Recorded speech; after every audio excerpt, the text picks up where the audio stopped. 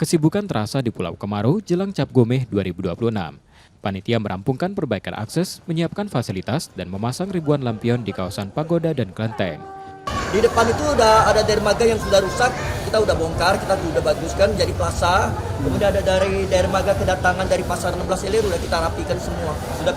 Kami udah pasang kanopi supaya tamu-tamu yang datang seandainya kalau hujan mereka tidak basah lagi.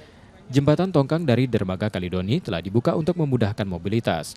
Meski persiapan masih berjalan, warga dan wisatawan mulai berdatangan lebih awal. Kami lebih awal supaya lebih lenggang untuk sembahyang, karena tujuan kami kan untuk sembahyang Cap Gomeh itu.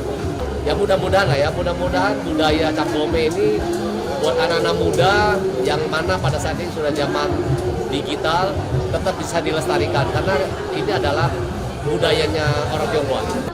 Main-main banyak ke sini. Wisata. Pagoda. Pokoknya seluruhnya tuh mungkin bagus ya, ini lampu-lampu neon ya. Baru ini. Oh, baru ini. Iya, baru ini. Makanya pengen main ke sini.